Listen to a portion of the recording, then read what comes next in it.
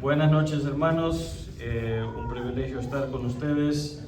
Vamos a meternos de una vez al material porque es bastante material.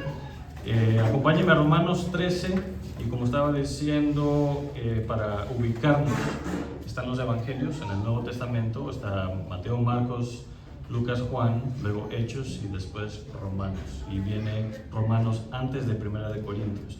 Es una práctica que me gusta mucho, que emplea mi pastor y creo que nos ayuda a considerar que la importancia de memorizar dónde están los libros de la Biblia, ¿no? Y habituar, tener esa práctica de ayudarles a todos a poder estar en la misma ubicación. Entonces, alguien me lee por favor versículos 8 al 14, Romanos 13. No debáis a nadie nada, sino al amaros unos a otros, porque el que ama al otro ha cumplido la ley.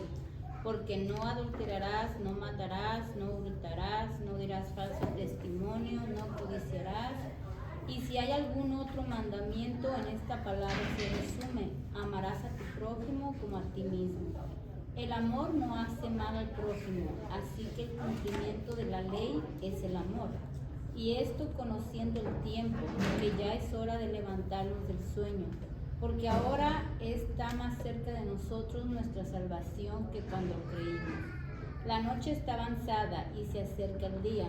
Dejemos pues las obras de las tinieblas y vistámonos de la armadura de la luz. Andemos como de día, honestamente, no en glotonerías y borracheras, no en fornicaciones y lujurias, no en contiendas y envidias, sino vestidos del Señor Jesucristo y no hagáis caso de la carne en sus deseos. Amén. Vamos a orar y nos vamos a encomendar en las manos del Señor Jesús antes de estudiar su palabra. Padre nuestro que estás en los cielos, gracias te damos por la gran oportunidad y bendición de nuevamente abrir tu palabra. Ayúdanos, renueva nuestro entendimiento por tu palabra. Que haya cabida en nuestra alma en esta noche para poder escucharte, poder poner en práctica gozosamente, sin fingimiento, lo que tú nos mandas. Pedimos esto en el nombre de tu Hijo Jesús. Amén. Muy bien, hermanos. No creo que alguien más haya pedido. Muy bien, hermanos. Vamos a comenzar entonces. Vamos a hablar de cosas que tienen que ver con la vida, la muerte, ropa, inclusive un montón de cosas, la escatología, la santificación, etc. Así que comencemos de lleno en el versículo 8. Vemos que dice: no debáis a nadie nada. ¿Cuánto le debemos deber a otros? Nada, ¿no? Nada, correcto. Entonces dice básicamente: salden toda deuda que tengan con los demás. Si tienen deuda con el banco, si tienen deuda con otra persona, o si hay un pecado, si alguien tiene un pecado contra ustedes, ustedes tienen un pecado contra alguien, salden toda deuda. Que ese sea el emprendimiento de sus vidas, que cada día ustedes busquen no deberle nada a nadie, ¿verdad? Y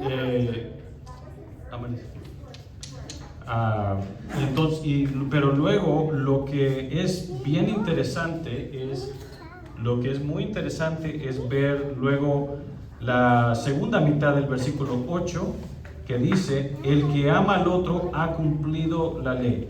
O más bien, perdón, no debáis a nadie nada, sino el amaros unos a otros. La única deuda que deben tener, porque acuérdense, dijo, salden todas las deudas. La única deuda que deben tener es el amaros unos a otros. ¿Se les hace un poquito rara esa oración? Asegúrense de tener una sola deuda con los demás, el amarse el uno al otro. Así es como lo puso Pablo, ¿no? Entonces suena como un poquito raro, pero tratemos de ver si podemos entender lo que él dice. Quiero que entendamos antes que nada que este pasaje de hoy tiene que ver, si ven más adelante, habla de los 10 mandamientos, ¿no? Los menciona: no adulterarás, no matarás, el versículo 9. Entonces, pero si se dan cuenta, está mencionando la segunda mitad de los 10 mandamientos. Y en la teología reformada usualmente se habla de la primera tabla y la segunda tabla de los mandamientos. La primera tabla que tiene que ver con nuestros deberes hacia Dios y la segunda que tiene que ver con nuestros deberes nuestro prójimo. Y hemos estado hablando mucho del prójimo, pero es evidente y creo que es importante resaltar que estamos hablando aquí de la segunda tabla de los 10 mandamientos. ¿Por qué? Porque hay personas que usan este pasaje para decir que la salvación es por las obras, que uno llega a tener amistad con Dios nuevamente por medio de lo que uno hace al prójimo. Especialmente la Iglesia Católica Romana es lo que enseña la salvación por medio de las obras del amor, ¿no? Y se oye bastante bonito, bastante bueno, pero la verdad es que tienen un entendimiento equivocado de la salvación. Y si desde el principio vemos que este pasaje tiene que ver con esa segunda tabla, con nuestro deber hacia el prójimo, va a tener más sentido, especialmente en el contexto de todos los romanos, ¿no? Pero eso es algo que creo que es importante recalcar.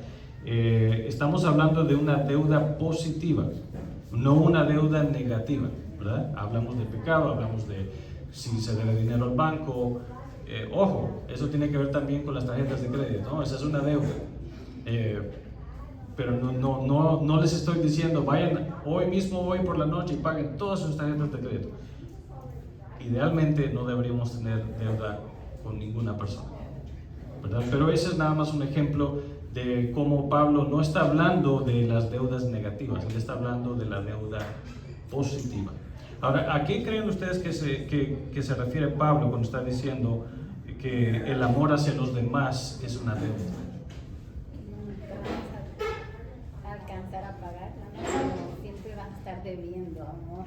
Claro. Tienes que siempre estarlo haciendo. Ay, pues ya pagué ya. ¿Y cómo les hace sentir eso a ustedes? Suena raro, ¿no? No es una sesión de terapia, pero ¿cómo les hace? ¿Qué piensan ustedes cuando escuchan? Bueno, es algo que nunca voy a terminar de pagar, algo que vamos a tener que seguir haciendo. ¿Les viene un pensamiento negativo al pensar así? Pues no es negativo, pero es así como somos incapaces de. Correcto. Entonces, a lo que voy es que el pasaje no está hablando de nuestra justificación con Dios, no está hablando de amaros los unos a los otros para que se puedan ganar el favor de Dios. Dios no lo quiere. Eso no es de lo que está hablando aquí. Está hablando de la santificación, de la deuda que le debemos a los demás por la santificación. Bien, pero más que todo vamos a hablar de el papel de la ley y el amor. Cuando oímos hablar de la ley, usualmente oímos hablar de la ley en una luz negativa, ¿no? Sí, en cuanto al amor. La ley y el amor son antitéticas, la ley y el amor se contraponen, ¿no? Yo no quiero reglas, yo quiero amar a quien quiera y como quiera y cuando quiera.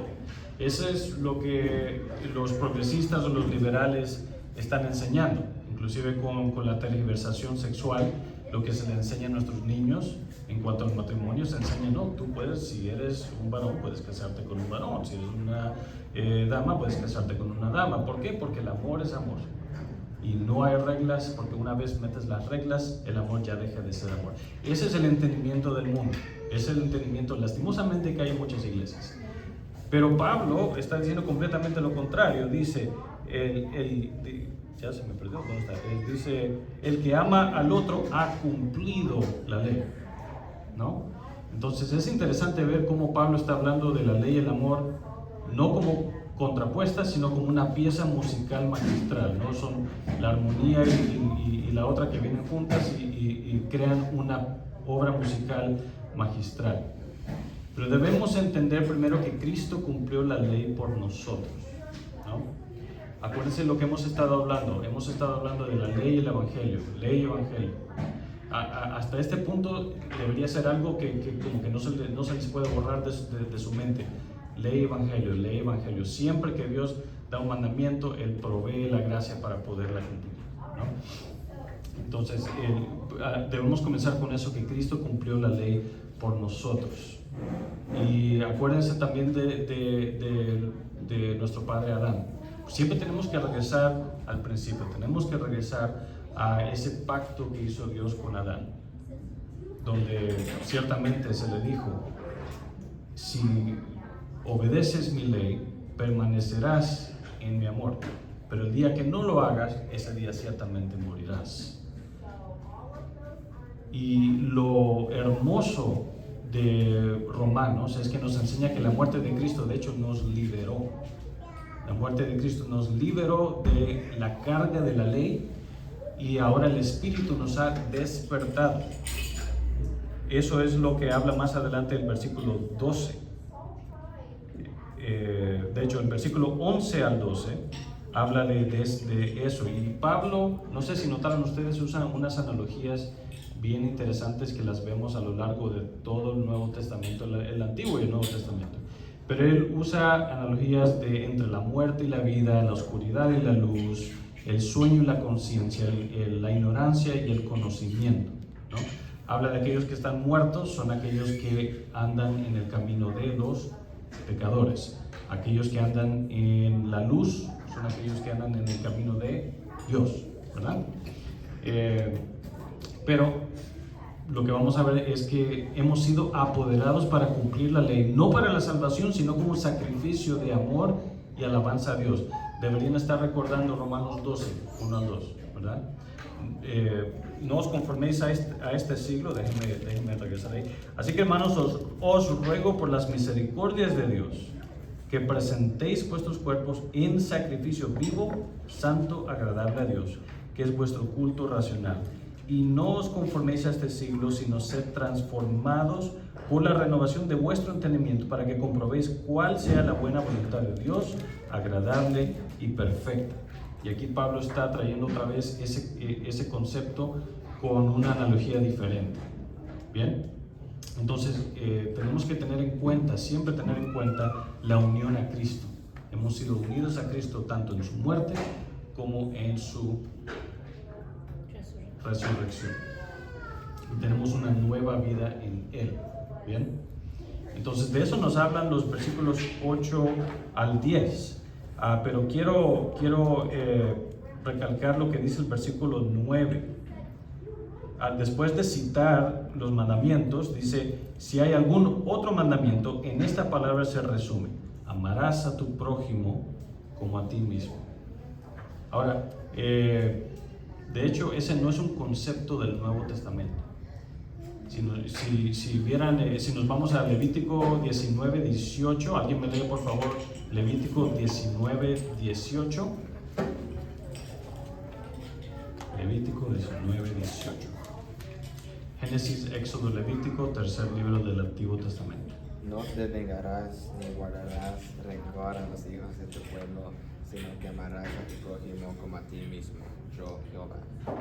Ahora, cuando dice yo Jehová, de tarea, lean el capítulo 19 en su propio tiempo y van a ver que yo Jehová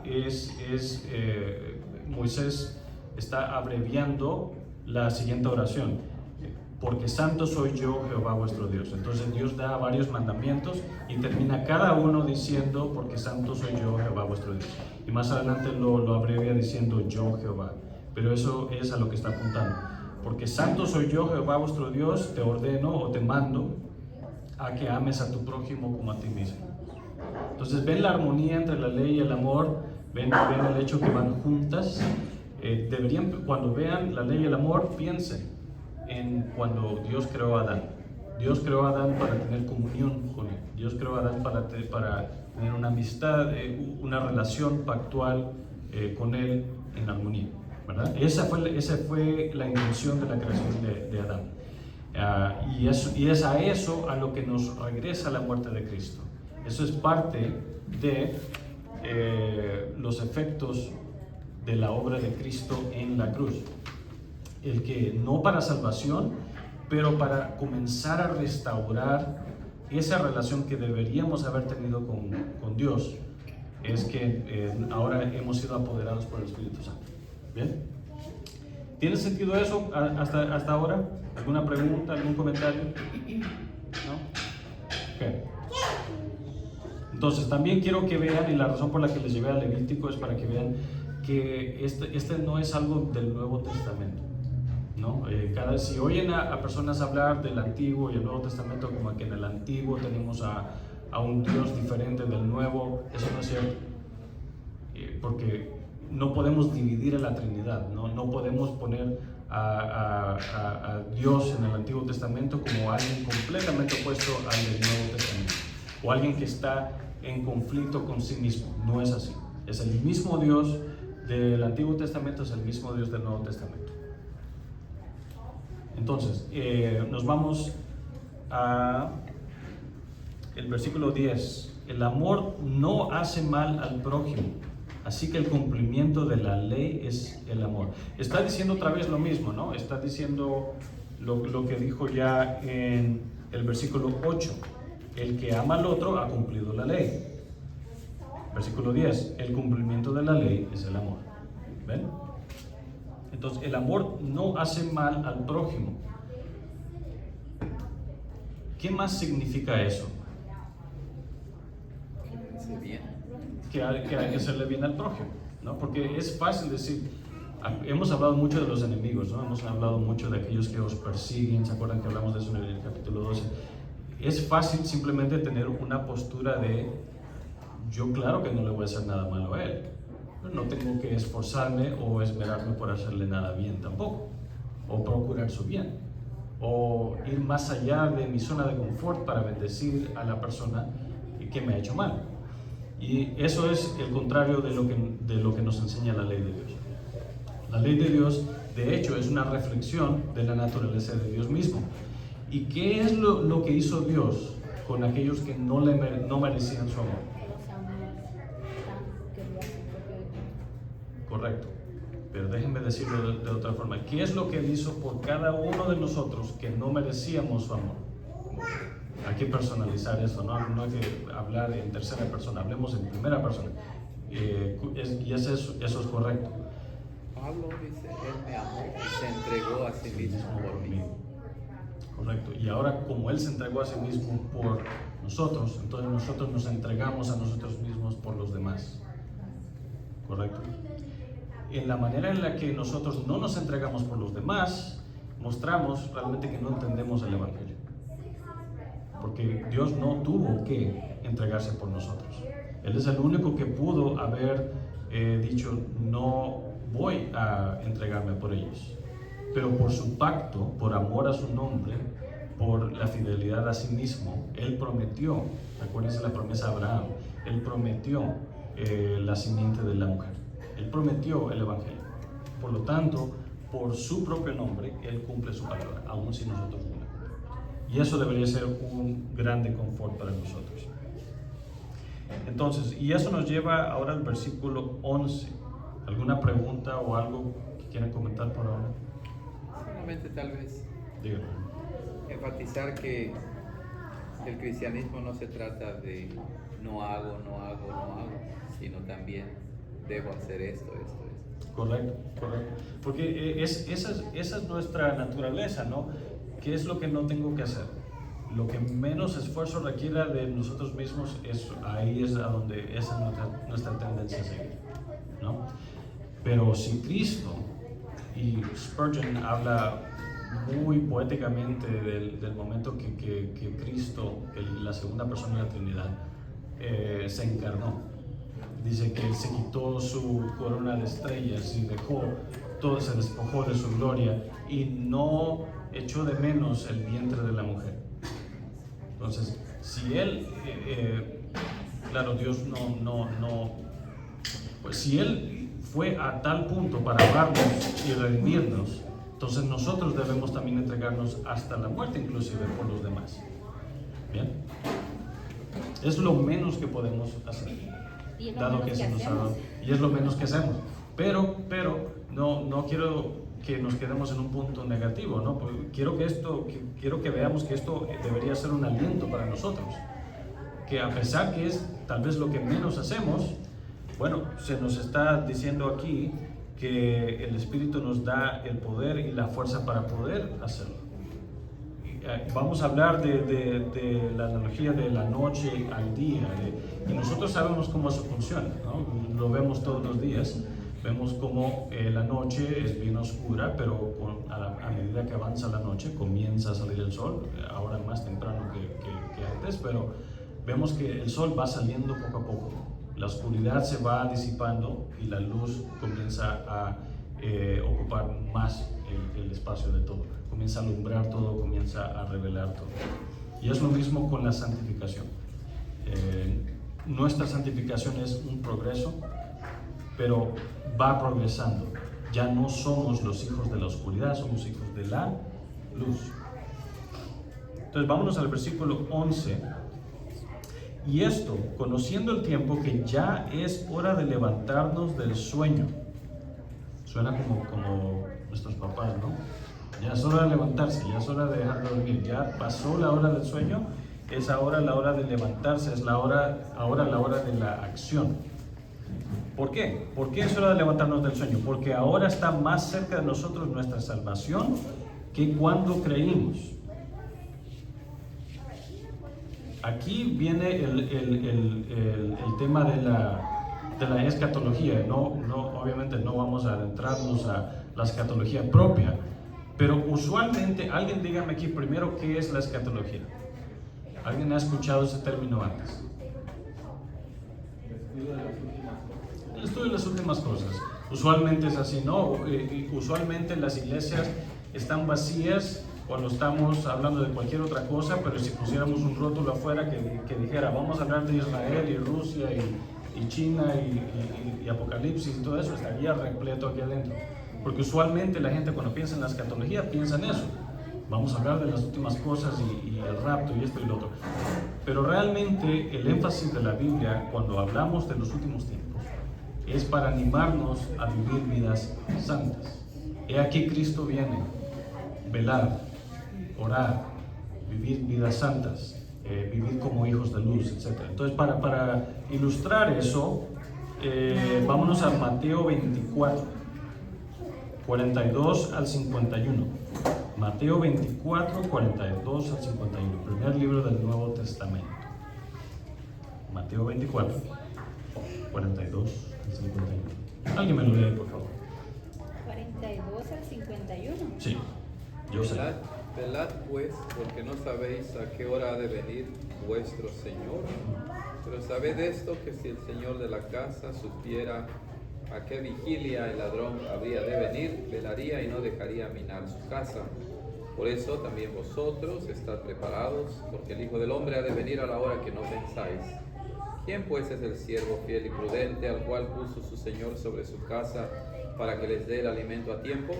Bienaventurado aquel siervo al cual cuando su Señor venga, lo haya haciendo así. De cierto os digo, que sobre todos sus bienes lo pondrá.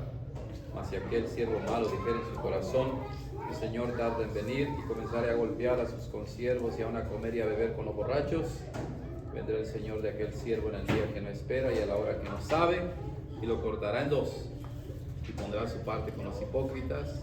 Allí será el lloro y el crujir de dientes. Está pesado eso, ¿no? Pero es una exhortación. Acuérdense que en la iglesia es una comunidad mixta. En la iglesia están aquellos que son los hijos de Dios y aquellos que no lo son. No lo sabemos, solo Dios sabe quiénes son los elegidos. Pero por eso siempre hay exhortaciones, por eso siempre hay advertencias, por eso siempre está el llamado a despertar. Y aquí en este ejemplo está hablando de, está comparando un allanamiento de morada con la venida del Señor. Obviamente nosotros padres que estamos aquí, si un ladrón nos llamara y nos dejara un mensajito y dijera, voy a venir a robar tu casa hoy a las 8 de la noche o hoy a las 3 de la mañana, espero, y yo sé que todos aquí estaríamos esperando aquí, preparados para recibir a tal persona. Lo mismo es la misma analogía que está dando para nuestra santificación, nuestras vidas de santidad. Está diciendo, estén preparados de tal forma, no saben a qué hora llegará el Señor, Él puede llegar en cualquier momento. Así que están preparados, no con sus pijamas puestas, ya con su ropa listos para salir, con sus armas listos para defender, despiertos, alertas, preparados para recibirle. Es de esa forma que se nos está diciendo. que Él viene en cualquier momento. También Mateo 25, y no vamos a ir ahí, pero Mateo 25, se los dejo de tarea, habla de las bodas y habla de 10 vírgenes, o sea, los acompañantes pues, de la novia. Los acompañantes de la novia, acuérdense que en aquel entonces el matrimonio, el arreglo de matrimonio era diferente ahora. Cuando las gentes, si había una pareja que iba a casarse, se casaban, estaban ya en un estado de matrimonio legal, pero por un año más o menos el hombre dejaba el hogar, él se iba para poder ir a trabajar, para poder conseguir lo que necesitaba, para poder preparar su hogar, poder proveer para su hogar, pero nadie sabía a qué hora él iba a regresar. Entonces él podía regresar en cualquier momento con sus acompañantes para venir a traer a la novia y llevarla a su hogar, pero no sabían en qué momento regresaría el novio. Entonces cuando las 10 vírgenes, cuando se hizo el llamado, aquí viene el novio, las sabias tenían su aceite y podían ver hacia dónde iban, eso es clave, podían ver hacia dónde iban por la luz que tenían, pero las insensatas no pudieron porque estaban en la oscuridad, no sabían hacia dónde iban. Y una vez llegaron las insensatas, ¿qué fue lo que se les dijo al tocar a la puerta? ¿Se acuerdan que llegaron finalmente las insensatas, llegaron y tocaron? Déjanos entrar, ya estamos aquí para la boda. ¿Qué se les dijo a ellas? ¿Y ustedes quiénes son? No las conozco.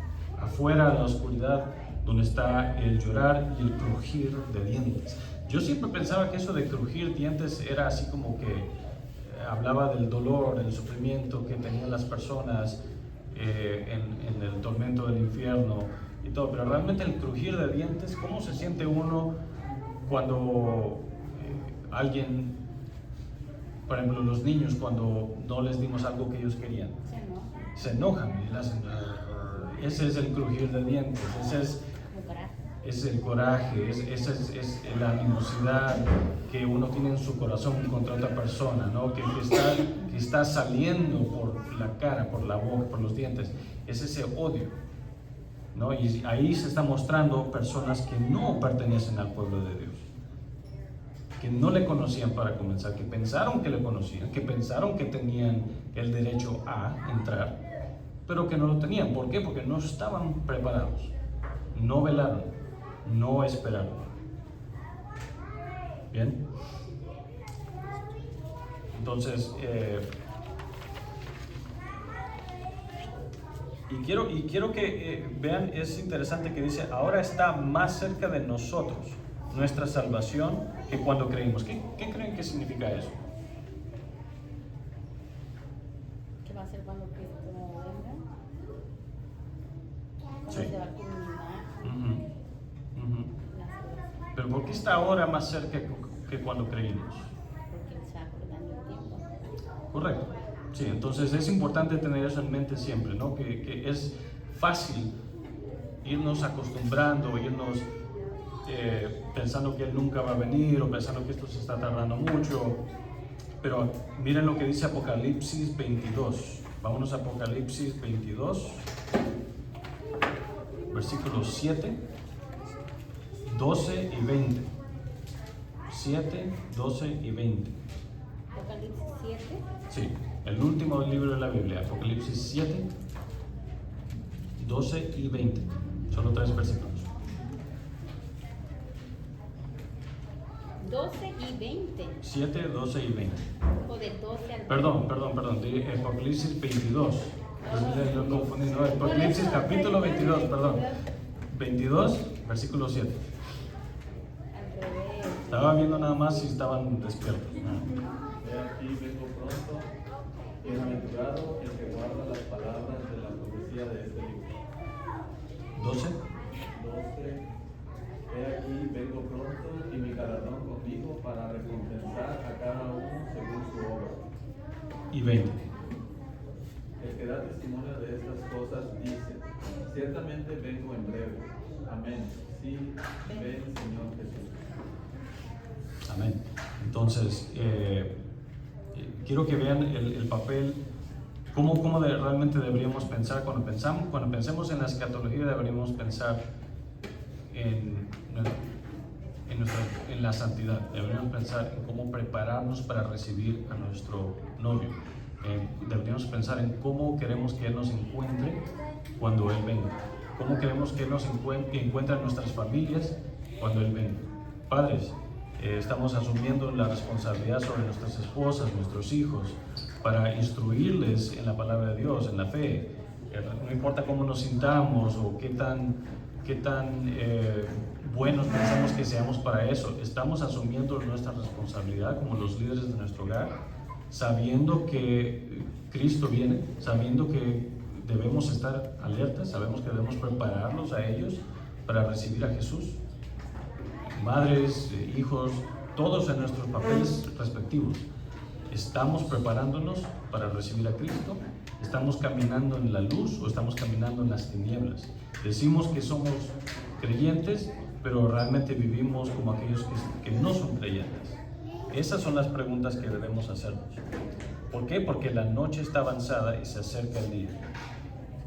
Dejemos pues las obras de las tinieblas y vistámonos de la armadura de la luz, como dice el versículo 12.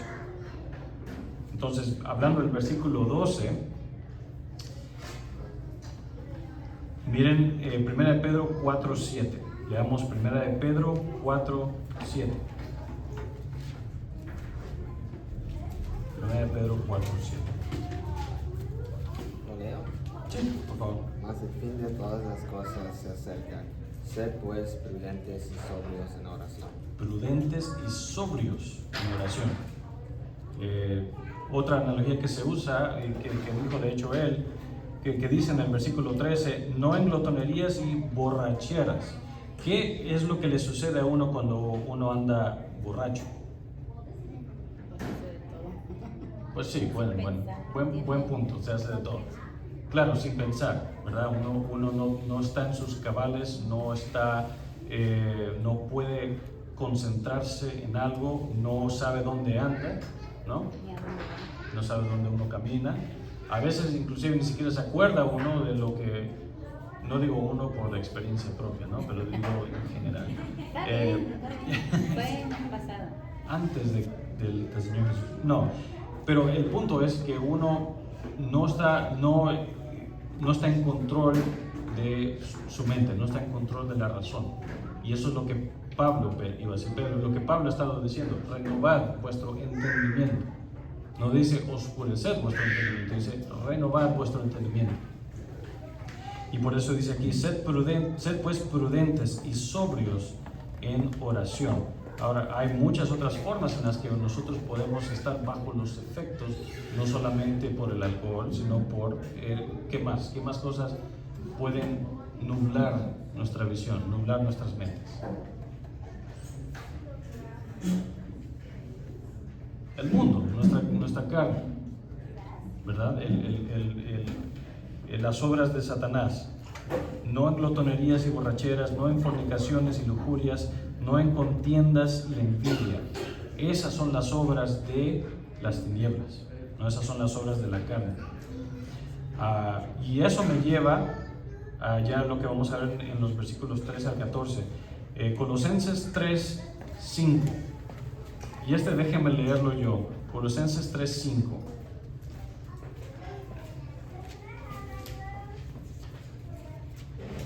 Solo quiero ver que hayan llegado.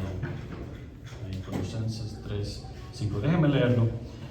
Haced morir pues vuestros miembros que están sobre la tierra. Y me voy a saltar un poquito aquí. En las cuales vosotros también anduvisteis en otro tiempo, cuando vivíais en ellas. Pero ahora dejad también vosotros todas estas cosas, me salto otra vez, habiéndoos despojado del viejo hombre con sus hechos y revestido del nuevo, eso va a hablar el versículo 13 y 14, que es renovado en conocimiento conforme a la imagen del que lo creó. Me salto otra vez. Vestíos pues como escogidos de Dios, santos y amados, de entrañable misericordia, de benignidad, de humildad, de mansedumbre, de longanimidad, soportándoos los unos a los otros y perdonándoos los unos a los otros. Si alguno tuviera queja del otro o deuda, ¿verdad? Pueden ver si alguno tuviera queja o deuda, esa es una forma de deuda. De la manera que Cristo os perdonó, así también hacedlo vosotros. Y sobre todas estas cosas, vestíos de amor, es el vínculo de la perfección. Ahí está otra forma, otro lugar que habla de lo mismo que él dijo en los versículos 8 y 10. El que ama al otro ha cumplido la ley. El cumplimiento de la ley es el amor.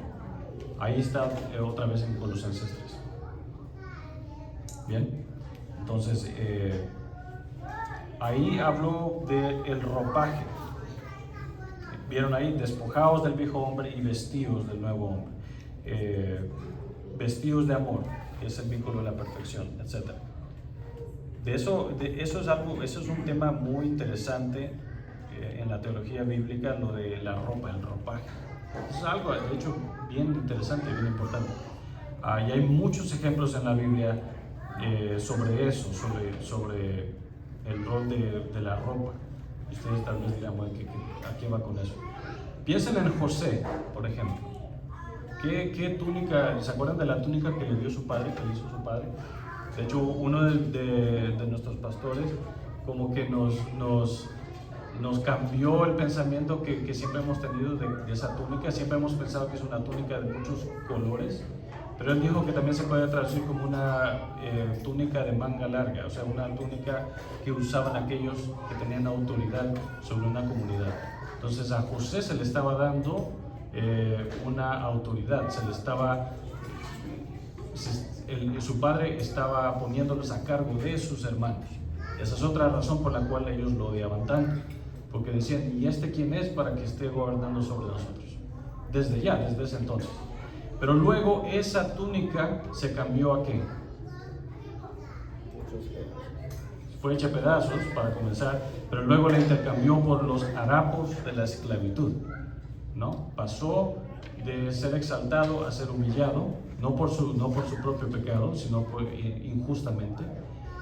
Pero luego él fue exaltado nuevamente al visir de Egipto, el visir o el segundo a mando en Egipto. Vemos también a Jesús. Jesús era es el Hijo de Dios, pero él se despojó a sí mismo y tomó forma de siervo. Entonces pasó Jesús de su gloria a la humillación de la encarnación y fue humillado aún más al punto de la desnudez en la crucifixión. Esa es otra forma de ropa, ¿verdad?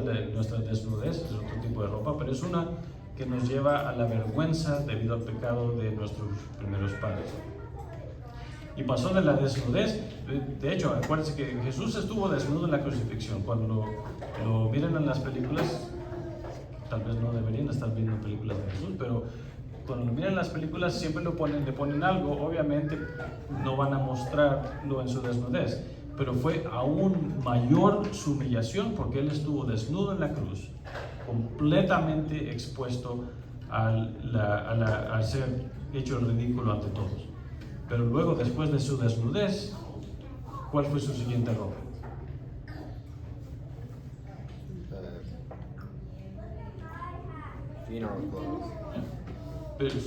Su ropaje para ponerlo en la tumba.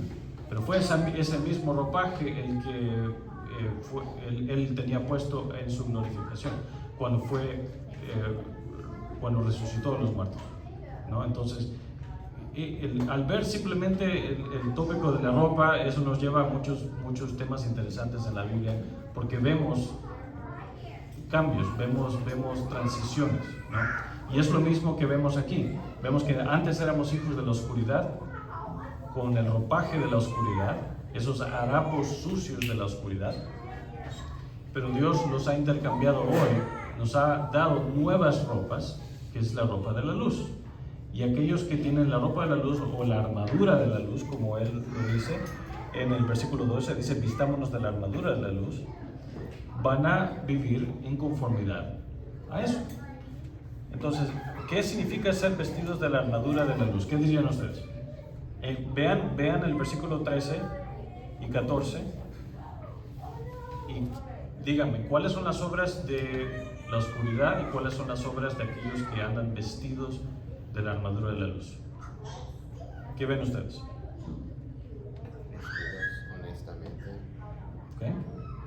Vivir honestamente.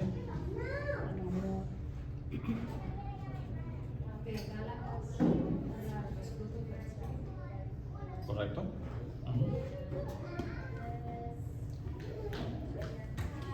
El versículo 13 nos dice cuáles son las obras de la oscuridad, ¿verdad? O algunas, realmente. Esto no es una lista exhaustiva. Sí, pero realmente creo que Pablo escoge esos pecados porque esos pecados son los que muestran la completa falta de control del ser humano cuando cae en esos pecados. La completa falta de dominio sobre todas sus facultades, ¿no? Glotonerías, borracheras, fornicaciones y lujurias, contiendas y envidia, todas esas resaltan lo peor en los seres humanos caídos, ¿no? Pero dice, aquellos que andan en la luz, aquellos a quienes les he estado apelando, acuérdense Romanos 12 cuando estuvimos viendo, os ruego pues, por las misericordias de Dios, que todo aquello que él dijo en el capítulo 11, realmente desde el principio de Romanos, específicamente en el 11, cuando nosotros todos aquí éramos olivos silvestres, no pertenecíamos al olivo natural. Contra la naturaleza, dice Romanos 11, Dios nos injertó al olivo natural y ahora nosotros recibimos vida de ese olivo, ¿no? Entonces, eso es lo que está diciendo él aquí, sino vestidos del Señor Jesucristo, o como lo dijo en el versículo 12 de la armadura de la luz, y no hagáis caso de la carne en sus deseos. No hagáis caso de la carne en sus deseos. Es interesante el versículo 14, por ejemplo, en la Nueva Biblia de las Américas, dice, no piensen en proveer para las lujurias. Cuando dice ahí, no hagáis caso de la carne en sus deseos, la NBLA dice, no piensen en proveer para las lujurias. Eso es importante porque es fácil creer que nosotros hemos pecado solamente cuando físicamente cometemos una acción. Pero la Biblia es clara, Jesús es claro, cuando habla de que el simple pensamiento es ya pecaminoso. El momento que permitimos que los pensamientos pecaminosos comiencen a tener cabida en nuestras mentes, hemos ya pecado. Todo movimiento pecaminoso del alma es pecado. Y eso es lo que está diciendo aquí. Ni siquiera lo piensen, no permitan que eso suceda, ¿verdad? Y como hijos de la luz, nosotros ahora debemos estar en guardia contra eso. Por eso se habla de terminología de guerra, habla de terminología de estar preparados. Y eso es lo que Pablo nos está instando aquí en el capítulo 13. Pero quiero que para ir terminando, cubren aliento porque Cristo viene. Que no sea, si es algo de terror, debemos regresar al Evangelio. Debemos otra vez ser capturados por la hermosura del Evangelio. Saber que Cristo nos recibe con brazos abiertos, pero al mismo tiempo también, así como nosotros tememos deshonrar a nuestros padres, deberíamos tener terror de deshonrar a nuestro Dios, que lo dio todo por nosotros, ¿verdad? Miren Isaías 61:10 y déjenme leerlos por cuestión de tiempo, pero voy a leer dos pasajes, Isaías 61:10 y Apocalipsis 19:8. Isaías 61:10 dice, en gran manera me gozaré en Jehová, mi alma se alegrará en mi Dios, porque me vistió de ropas de salvación, me rodeó de manto de justicia, como a novio me atavió con diadema, y como a novia adornada con sus joyas. Las obras de la oscuridad no es algo hermoso, no es algo objetivamente hermoso, no es algo que uno desea ver.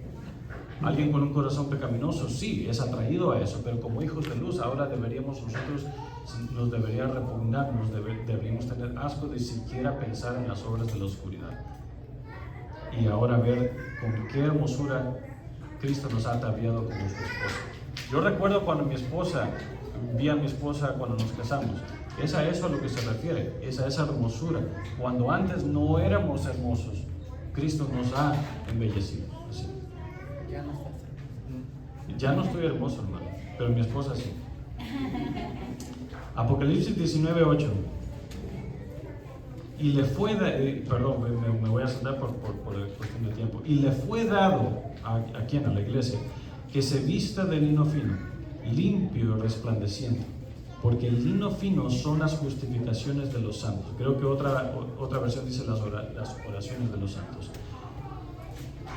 Pero vean que cuando se nos insta a amar a nuestros enemigos, cuando se nos insta a hacer aquellas cosas que ya hemos dicho que nosotros deberíamos decir, esto es imposible, ¿quién es suficiente para hacer estas cosas? Debemos acordarnos, este es un acto de rebelión por parte de los cristianos contra el mundo.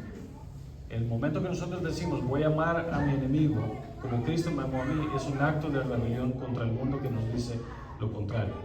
Es un acto del dominio de Cristo sobre un mundo caído. Es un acto del Rey tomando control sobre su creación, que poco a poco Él va embelleciendo.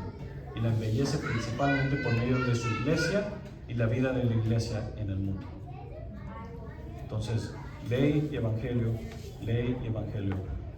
vestidos del Señor Jesucristo. Y al ser vestidos por Jesucristo, por el poder del Espíritu, entonces no proveáis para la carne en sus deseos. Por eso también aquí en Apocalipsis que dice, porque el lino fino son las justificaciones de los santos, es Cristo quien nos justifica. Y luego nos dice vestidos de Cristo, vestidos de Cristo. Todos nos justifican. Amén. Amén, hermanos.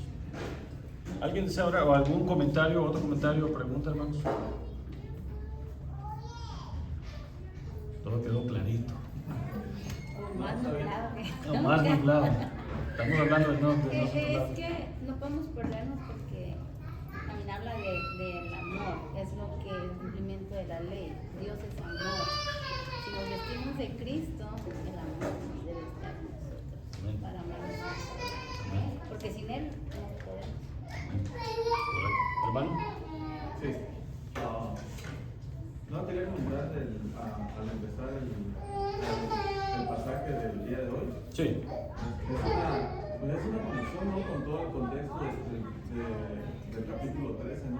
Correcto. Y lo que venía diciendo era enseñándonos acerca de nuestra posición o nuestra actitud hacia las leyes, ¿verdad? O hacia Las autoridades, los magistrados. Y en el 7 lo dice de manera positiva, ¿no? En el 7 empieza diciendo pagar a todos lo que debéis. Y en el 8 lo dice de manera negativa, ¿no? Lo dice no debáis a nadie. Y como que hace énfasis si nos quedáramos ahí, como que hace énfasis en que todo fuera bueno con no deber, con estar en ese aspecto. Pero a partir de ahí, ¿verdad? Empieza a hacer énfasis. El énfasis empieza a caer ya en que ya no tanto en lo que no debemos hacer, sino en lo que debiéramos de hacer, como empieza a hablar acerca del amor, ¿no? Correcto. Y eso en realidad viene cubriendo todos esos aspectos, ¿no? Ya, quería comentar eso. Sí, no, por supuesto, y es el concepto de la piedad, ¿no? que hemos estado hablando de la piedad, el deber que por hechos de ser criaturas de Dios, y especialmente por haber sido salvos por Cristo, que le debemos a todas las autoridades, o todos aquellos fuera de nosotros, ¿no? Comenzando desde la familia, los padres, la ciudad, etcétera, etcétera, los unos a los otros. Ese es el concepto de la piedad, el hecho que no vivimos para nosotros, sino para los demás. Y efectivamente, como dijo usted, hermano, el versículo 7 y el versículo 8 están conectados por esa misma cosa, pero especialmente porque Dios, dice la Biblia, no es un Dios de confusión, es un Dios de orden, y su ley debería ser algo de delicia para nosotros. Por eso dijo David, ¿no? ¿Cuánto amo yo, oh Dios, tu ley? Bienaventurado es el hombre que no tuvo consejo de malos, sino en su ley medita de día y de noche, será como árbol plantado. Muchas analogías, ¿no? Pero todas nos llevan a eso, que los hijos de la luz meditan en la ley de Dios, los hijos del diablo meditan en sí mismos. Muy bien, vamos a orar, hermanos. ¿Alguien desea concluir? Alguien que no haya hablado. Estoy mirando a este lado del cuarto. Que usted ya cállese. Cualquiera. Alguien, ayúdenos a concluir, por favor. Vamos a orar. Padre, gracias porque una vez más aprendemos de tu palabra, bebemos de ella, comemos de ella y nos nutre. Siempre hay algo nuevo que podemos aprender e incluso se nos repite lo que pudiéramos saber porque nosotros lo olvidamos. Pero Señor, hoy hemos aprendido que es tan importante el amor al prójimo como amarte a ti. Para vivir la vida cristiana debemos amarte a ti, pero también amar a nuestros prójimos. Concédenos, Señor, que vivamos como de día y no de noche, que vivamos en santidad y apartados de todas las cosas malas que manchan y ofenden tu nombre y a nuestros prójimos. Sigue dándole a nuestro hermano Eliezer sabiduría para comunicar tu palabra a nosotros. En Cristo Jesús te lo pedimos. Amén.